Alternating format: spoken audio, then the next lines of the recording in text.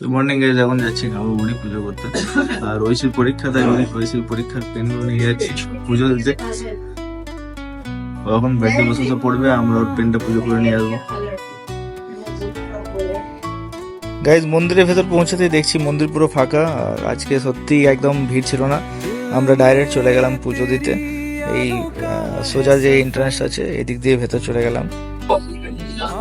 দেখো একটা আমাদের আগে যারা এসেছিল তারা অলরেডি পুজো করছে, তো আমরা কিছুক্ষণ ওয়েট করলাম, তারপরে আমাদের পুজো স্টার্ট হলো। এবার স্টার্ট হলো।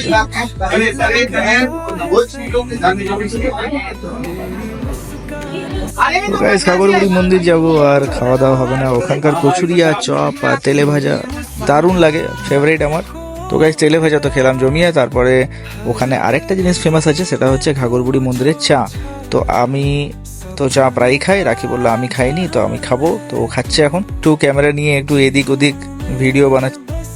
তো গাইস চা খাওয়ার পরে আমি চলে এলাম অফিস আর রাখিকে বাড়ি ছেড়ে দিলাম। আর ঐশী আর আদির জন্য নিয়ে এলাম কচুরি আর কিছু তেলে ভাজা চপ পকড়ি।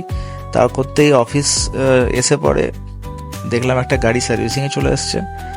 আবার সেটা ছিল 30,000 সার্ভিস। তো সামনে হ্যান্ডেলে একটু প্রবলেম ছিল, তো আমাদেরকে হ্যান্ডেলটা খুলে পুরো বল বেয়ারিং সব চেঞ্জ করতে হলো। তো সেটা করতে করতে 1-1.5 ঘন্টা সময় লেগে গেল। তারপর চলে এলাম বাড়ি খাবার খেতে। বাড়ি এলাম খেতে, এই দেখো ঘুমাচ্ছে এখন।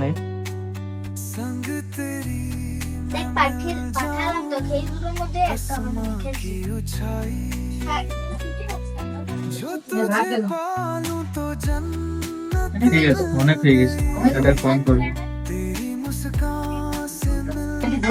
এই দেখো ভাত চলে এসছে, আলু ভর্তি ভাত। আর এটা লাউ চোখা দিয়ে তৈরি চচ্চড়ি টাইপ। আর সজনে খাড়ি আর আলু বেগুন দিয়ে আর ডাল। আর যেহেতু শিবরাত্রির বার, তো নিরামিষ খাবার।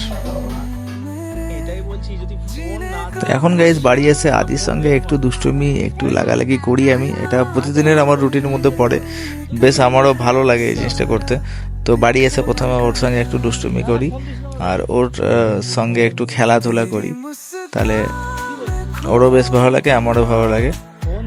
আর অবশ্যই ভিডিওটা এখানে শেষ করছি বন্ধুরা, অবশ্যই পাশে থাকবে আর চ্যানেলটাকে অবশ্যই সাবস্ক্রাইব করবে আর ভিডিওটাকে একটা লাইক করবে। চলো বাই, টাটা, গুড নাইট।